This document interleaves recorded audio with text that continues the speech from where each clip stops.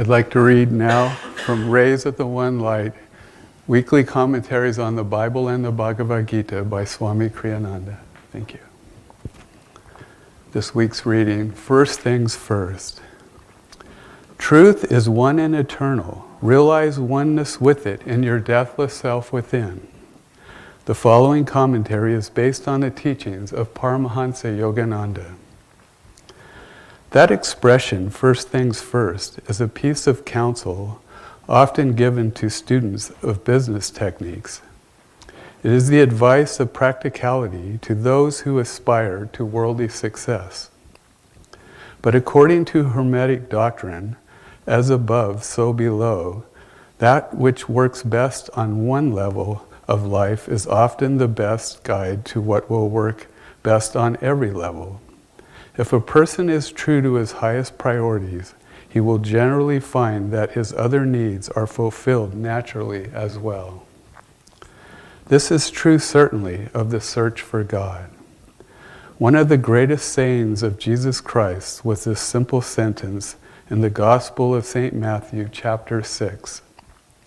Seek ye first the kingdom of God and his righteousness, and all these things shall be added unto you. Paramahansa Yogananda gave his elder brother Ananda a wonderful lesson in this truth. It was Ananda who had captured him and brought him back from his flight to the Himalayas, described by Yogananda in Autobiography of a Yogi. In Yogananda's book, we read how Ananda later challenged him in the city of Agra to pit his divine faith against such practical worldly considerations as the need for earning a living. Fearless before that challenge, the young aspirant agreed to go by train without any money to the nearby town of Brindaban, not to miss a single meal in Brindaban, and to find his way back to Agra without begging and without in any other way asking for help. In one of the most thrilling chapters in the book, Yogananda fulfilled all the conditions of the test. Yogananda continued the account. As the tale was unfolded, my brother turned sober, then solemn. The law of demand and supply reaches into subtler realms than I had supposed. Ananda spoke with a spiritual enthusiasm never before noticeable. I understand for the first time your indifference to the vaults and vulgar accumulations of the world. Late as it was, my brother insisted that he receive Diksha, initiation, into Kriya Yoga. As the Bhagavad Gita puts it in the 9th chapter, those who worship lesser gods go to their gods, but those who worship me come to me. Thus, through Holy Scripture, God has spoken to mankind. Om, Om, Om.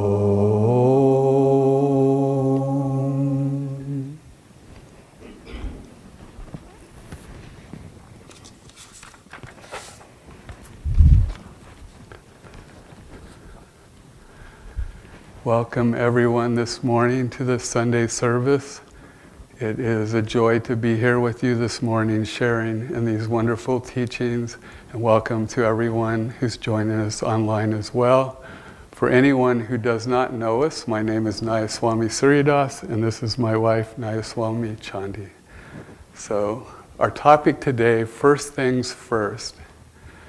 There is a story from the life of Ramakrishna and his disciple Vivekananda that speaks to our topic.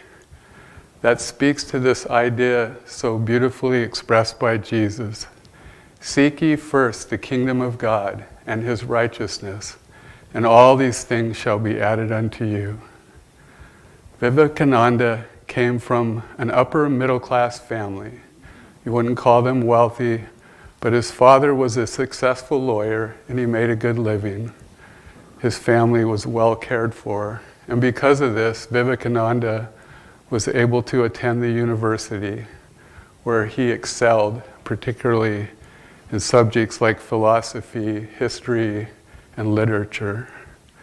After he graduated, he wanted to dedicate his life to God and Guru by sharing his Guru's work with the world. But shortly thereafter, his father passed away. And suddenly, Vivekananda was responsible for the financial care of his family. So he started looking for a job, and he was having difficulties. He found some part-time and temporary positions, teaching and tutoring, but he wasn't finding a job that would bring in enough income to support his family. So he decided to go to his guru to ask for help. Master, he said, he was speaking to Ramakrishna, I know that you speak to Divine Mother every evening. It was well known that Ramakrishna had this beautiful relationship with the Divine. Not only could he go into the silence and experience God impersonally as infinity itself, but he also had this very personal relationship with God as Divine Mother. He would speak to her as you or I might speak to our own mother here in the world, only with great devotion, with great reverence, and with great love. And so Vivekananda said, tonight when you speak to Divine Mother, can you ask her to help me get a job so I can take care of my family? And Ramakrishna said he would. And so that night, Ramakrishna speaks to Divine Mother, and he gets caught up in the beauty of her voice and the beauty of this conversation that they're having. And he goes into a state of joy. He goes into ecstasy, and he forgets all about the things of the world. The next morning, Vivekananda comes to him. Did you speak to Divine Mother last night? Oh yes, it was such a beautiful experience. Did you ask her to help me find a job? No, I forgot. Can you ask her tonight then when you speak to her? And he says, okay, I will. But that night, the same thing happened. And the next night, and the next night. And this went on for some time. And Vivekananda was becoming very discouraged. But his guru came up with a solution. Vivekananda, he said, I will grant you a boon so that you may speak to Divine Mother tonight yourself, and you can ask her to help you find a job. So that night, in meditation, Vivekananda speaks to Divine Mother, and she speaks to him, and they have this beautiful conversation. He asks about the spiritual life, about the meaning of life, all these spiritual questions, and he too gets caught up in this great joy and this great communion, and he forgets about the problems of the mundane world. The next morning, Ramakrishna comes to him. Did you speak to Divine Mother last night? He's like, oh yes, Master, thank you for this wonderful experience. Did you ask her to help you find a job? Oh, no, I forgot. It seems that neither Ramakrishna nor Vivekananda could in their hearts put any earthly problem before their love for God, before their desire to know God, to know the highest truth. But the thing is, when we choose God, God chooses us. That is to say, when we offer our lives fully to God, then God will take care of our spiritual needs, and God will take care of our earthly needs as well. So there was a disciple of Ramakrishna, a wealthy disciple. He heard about this situation, and he offered to provide a monthly stipend for Vivekananda's family. And so Vivekananda's family was taken care of, and Vivekananda was now free to pursue his spiritual goals. Sometimes, when we give our love fully to Divine Mother, she'll even take care of our littlest desires. Not always, because a lot of times, maybe most of the time until we're very, very advanced spiritually, our desires aren't in tune with our highest good. But when they are, Divine Mother can even take care of these little things that are not needed, but just things that we desire. Yogananda used to travel every week from Mount Washington in Los Angeles to his hermitage in Encinitas. And as he traveled south, they would pass through what then was a small town of Laguna Beach. And Laguna Beach now is a kind of a big city, mostly with lots and lots of rich people's homes and such. But back then it was this little bohemian town on the water, had a lot of art shops, had a lot of cafes, and there was a bakery. And this bakery had Scottish shortbread. I almost forgot what kind of shortbread it was. This bakery had Scottish shortbread, and Yogananda enjoyed this shortbread. He would stop in there sometimes on the way south, and he would get the shortbread, and he would share it with the disciples who were with him, and most importantly, he would share it with Divine Mother. And so this one time they were driving south, and he had this urge. It came from Divine Mother herself.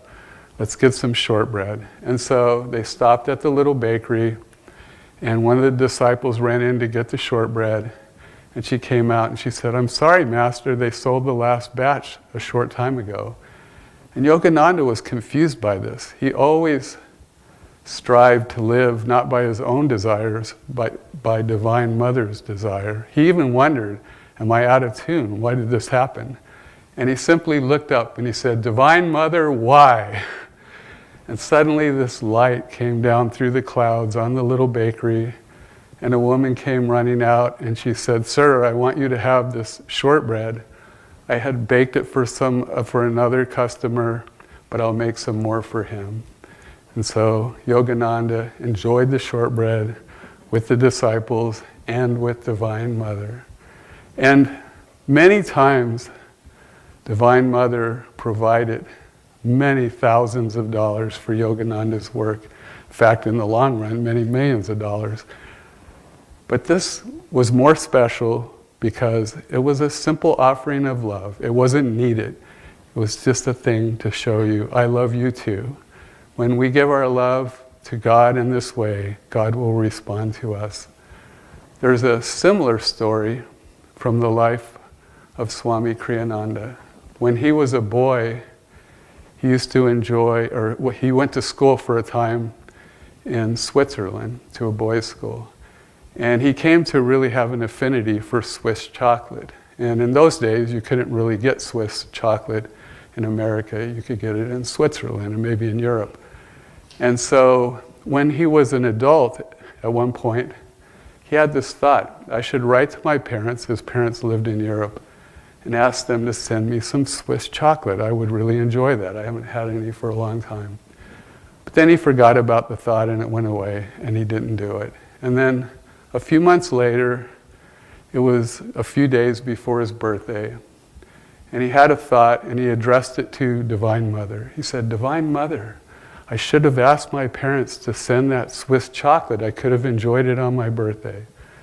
And then again, he let the thought go and just forgot about it. So the day before his birthday, a woman who was a friend and a disciple gave him a gift of Swiss chocolate. And she didn't know that it was his birthday, and she didn't know about his affinity for Swiss chocolate.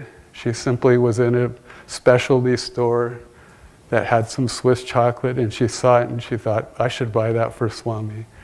And so again, Divine Mother provided lots of money for Kriyananda's work as well, but this was just a simple offering of love.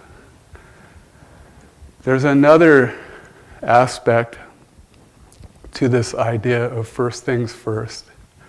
Of course, we want to choose to get up in the morning and meditate, to take some time to commune with God, to experience God as joy, as peace, perhaps as Om. But we also want to carry that communion into our daily lives, into every aspect of our lives. Swami Kriyananda had a friend. He lived in Canada, in Vancouver, and he was a wealthy businessman, a very successful man. And Swami was doing an event in Vancouver, and so he stayed with this man in his home. And the man gave him a tour of his beautiful home, and they ended with his meditation room. And it also was very beautiful, very exquisite. And he said, I live and die in this room. Out there in the world, it's if I am dead, but here I am alive. This is the only place I'm alive. And it sounds kind of like a nice sentiment, but Swamiji, he was disappointed in what he said because he could see that he was confining his devotion, his spiritual life, to his meditations. He wasn't taking it out into the world with him. Obviously, his worldly life was important to him because he wouldn't be so successful at it if it wasn't. So he was separating those two things. A good part of my adult life, I worked in the construction industry. And I've had lots of great friends in this industry. I've met lots of great people. But that being said, the construction environment is not always the most uplifting environment in the world. You'll often hear pretty rough language. You'll often hear off-colored jokes. You could say sometimes it's a lower vibration than what we as devotees are seeking. And so I would strive to bring my spiritual life with me to construction, to the environment I was in. And before I came to Ananda, before I found my guru, I had this practice. I would memorize these little scriptures from all different religions. But examples that I'll give now from Christianity is like the Lord's Prayer, or the 29th Psalm, or St. Francis's Make Me an Instrument of Thy Peace prayer. I would memorize these and I would say them over and over inwardly while I worked. I would take one and do it for a month, and then I would find another one and do it. And this was a way for me to try to tune in to the vibration that was coming through those words that were revealed to people in deep states of consciousness. And so I was trying to tune into God through that, and it was helpful to me. And it's one of those things you have to work at, though. I will say, there were days that were way more successful than other days. Because you're in an environment, even if you're not in construction, wherever you are, we're being pulled by all these different things. So it takes intention and work. But if we do it, we find that sometimes we go really deep into this thing, no matter where we are, and it's a beautiful feeling. So, where was I? I did a little sidetrack, and then that took me off. Anyway, so in construction, so after I came to Ananda, there's where I was. After I discovered my guru, I would take the chants of Yogananda and Kriyananda, and I would inwardly chant those chants throughout the day, tuning into the vibration of the guru, tuning into the vibration of God. And that was another wonderful way of uplifting the environment that I was in. So the interesting thing that I found is not only did I uplift myself, I started to find over the years, this practice went on for like 30 years, so it was a long-term thing. I found over the years that I would become uplifted, but I also could touch other people's lives, and I wasn't intending on that, especially at the beginning, but it happened, and I'll share a couple of examples. Oh, and the other thing I would do besides chanting these songs is just doing japa. For me, japa is Om Guru. In fact, I'm going into a period of really going into japa this year. It was my Joyathon activity. And just chanting Om Guru and drawing on the presence of the Guru who's ever within and all around us, and also drawing on the vibration of Om, which is God in form. So, anyway, I discovered that people could be uplifted around me, and I'll just share a couple of examples, and there were many, many. So I was an electrician, that was my trade, and we had a series of jobs that we were doing where we would go into a drugstore, I think it was a Rite Aid drugstore, and we would take all the low voltage wire for all the cash registers out. We had to do this at night. The store closed at 9 p.m. We would start working by 9 in the morning. The store had to be ready to open, and there were carpenters and different people, and they put in new check stands and new equipment, and we did all the wiring. And so it was a pretty tough job, and you had to work really hard. And so I would do my spiritual practice. And there was a carpenter that was there this one evening, and I was being kind of silent, but then he started talking to me, and so I talked to him a little bit. And we didn't talk about anything spiritual. We talked about our families, our kids, things like that. And and then I went back to work, and then we talked a little at lunch, and somewhere towards the end of the evening, he looks at me and he goes, "Are you a Christian?" And it was an interesting thing to say, and I thought, well, maybe he's a Christian, and and it turns out he didn't particularly have any spiritual life, but that was his way of asking, "Do you have a spiritual life?" And I ended up, telling him that, well, I'm guided by Christ and by teachings from the East, and I talked about meditation. But he was moved by all this. I never, and again, we were talking about family and stuff, but somehow he sensed that. And I think there are lots of times we can, even if people don't know that, literally, they still are touched by our presence. And I say this not to say that, oh, look, I touched this guy, I helped him. What I'm saying is each and every one of us, when we choose to be in the flow of God's grace, when we choose God's love, when we try to bring every moment, to make every moment an act of self-offering, then that grace flows through us and it will automatically touch other people's lives. There was one other example I wanted to share. There was a superintendent, and he was a he led the entire construction site, and I was the foreman for the electrical work, and we did several houses together. We would do these multi-million-dollar houses, really high-end houses. And so I did several projects over the years with him, and we became good friends. He was very stern in the way he led a job site. Everything was to be done exactly to protocol, and he would let you know if you weren't quite getting it or anyone on your crew wasn't.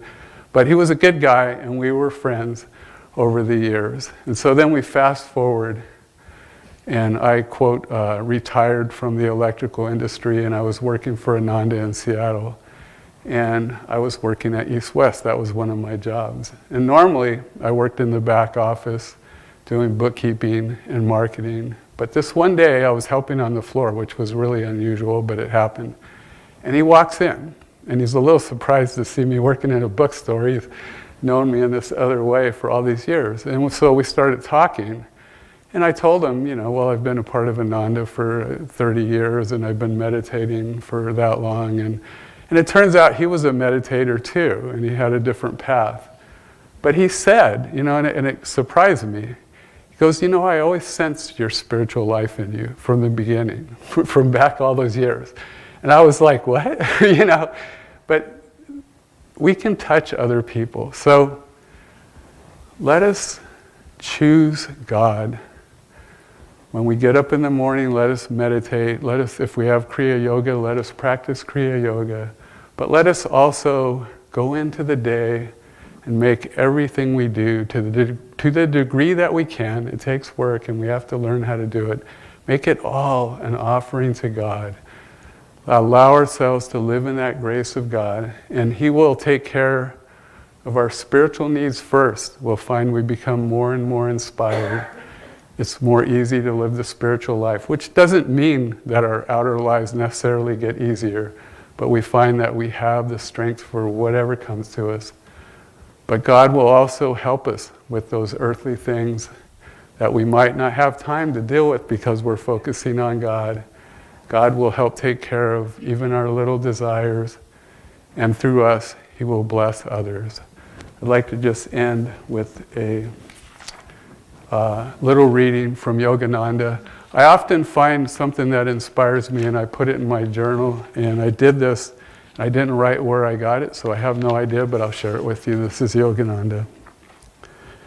As you march along this path, every moment of your life is precious. You are here in this world only for a little while. Everything is temporary. But association with God is permanent and forever. And so you must not be deluded by the temptations of the world and forget God. God can be known. The Master of the universe, whose light twinkles in the stars, whose life throb is in every blade of grass. You must find him. The most important thing in this world is to seek and to find God. Blessings.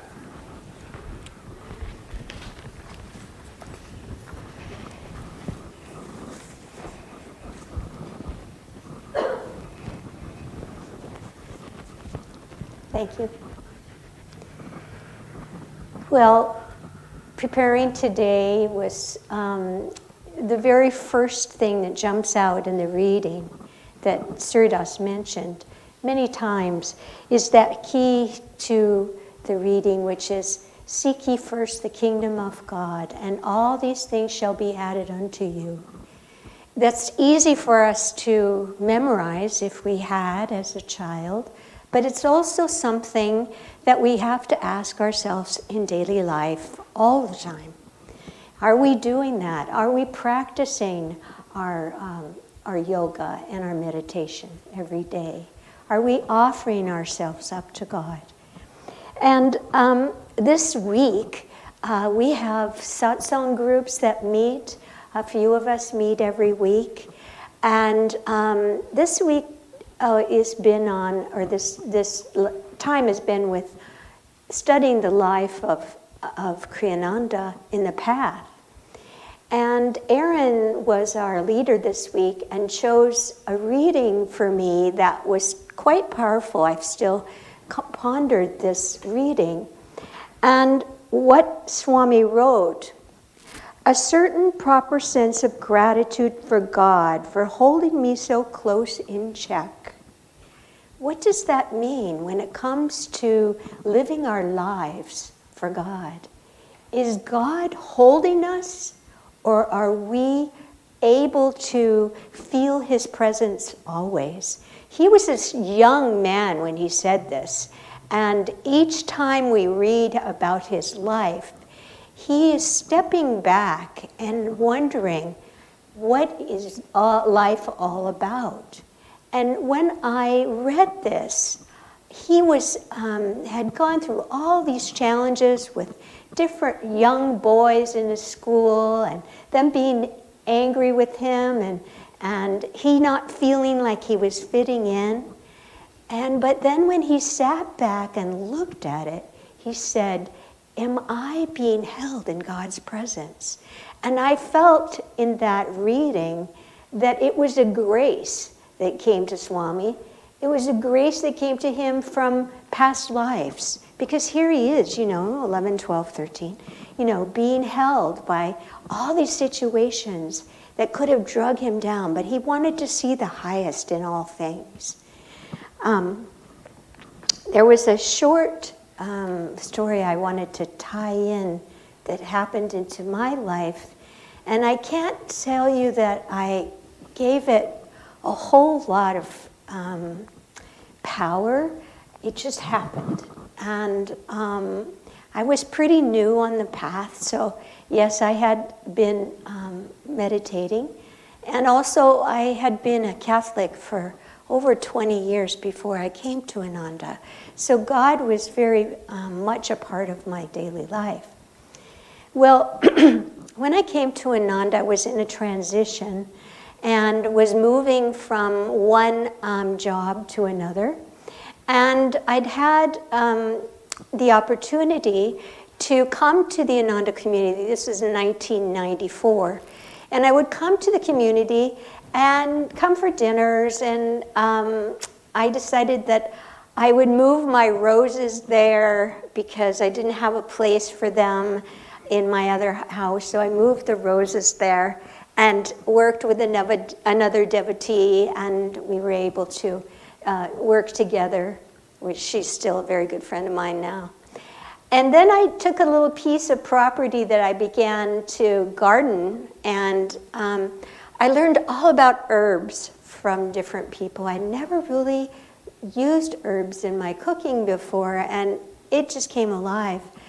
Well, then I started cooking in the Ananda community, and different people would come up to me and say, oh, if you ever went to chef school, I would hire you in a moment. And this was at the time when they were hiring personal chefs in people's homes. So I kind of listened, and I thought, maybe that might be interesting. Well, I kept listening because it kept coming from different angles of different people saying it. So I thought, okay, Yogananda, you must be guiding me. So let's check this out. So I went all through Seattle and did my research on what that would be like. And I decided that I would pursue going to chef school. And the minister there at Ananda Seattle tried to talk me out of it because of that way of what Suryadas was talking about, that negative energy that can happen in a cooking situation, in a chef situation. And I was just so, well, that's not going to happen to me. I have Master with me. Well, the first day I decided to sign up for school.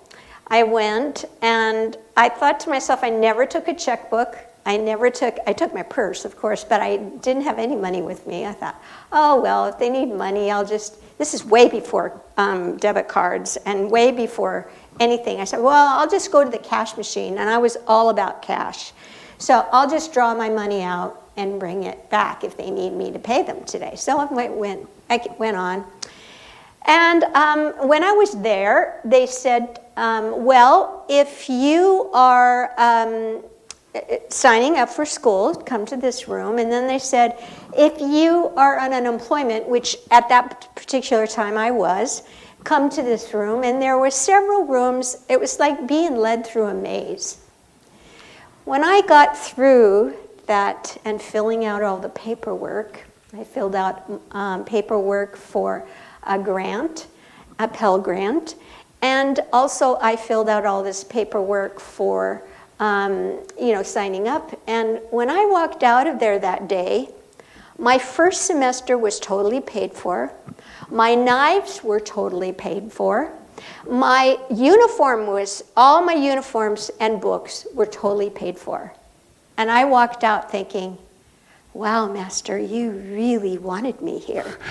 You chose this as my next role in life. The story's long, but what boils down to is that I have always wanted to be able to serve my guru bhais in cooking. It hasn't been like a huge draw of income for me. It has in some cases, but mostly it's about service and giving back, because I felt in that moment that was what my dharma was to be able to serve my fellow guru bhais. So in the biggest picture of this, is God holding us? Is God really holding us, or are we putting out the energy and He's meeting us, which is what I like to think it is. And Paramahansa Yogananda states that to receive Christ means to receive His presence consciously and inwardly on a soul level, which is to say in a deep state of ecstasy. Anything less than that is superficial and should not be taken seriously, since it produces no real or lasting change in a person's consciousness. So what we need to do is hold ourselves in the light, hold ourselves, surrender to Him every day, and all these things shall be added unto you. And we will be able to continue to listen for His guidance in all that we do. We'd like to give you an opportunity to make an offering now.